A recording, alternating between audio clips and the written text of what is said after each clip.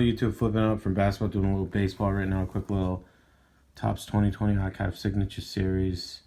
1 in case buyback, autograph card per box.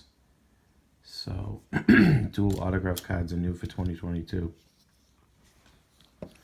So, let's see how we do. It's a pricey product.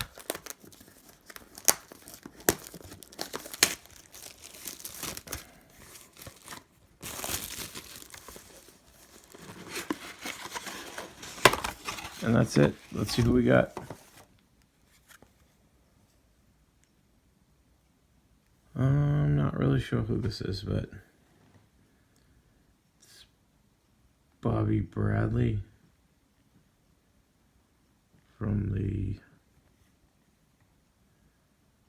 Cleveland Indians, numbered 50 to 99. So I doubt I'll be buying this product again. No top rookie. Not a big fan of the Indians, so I don't know how Bobby Bradley is. But I don't think he's that good. And it doesn't appear to be a rookie either, so. Nope. That's that. Thanks for watching, guys. Give a like and subscribe for that horrible break. Appreciate the support, at least. Hey, guys, thanks for watching.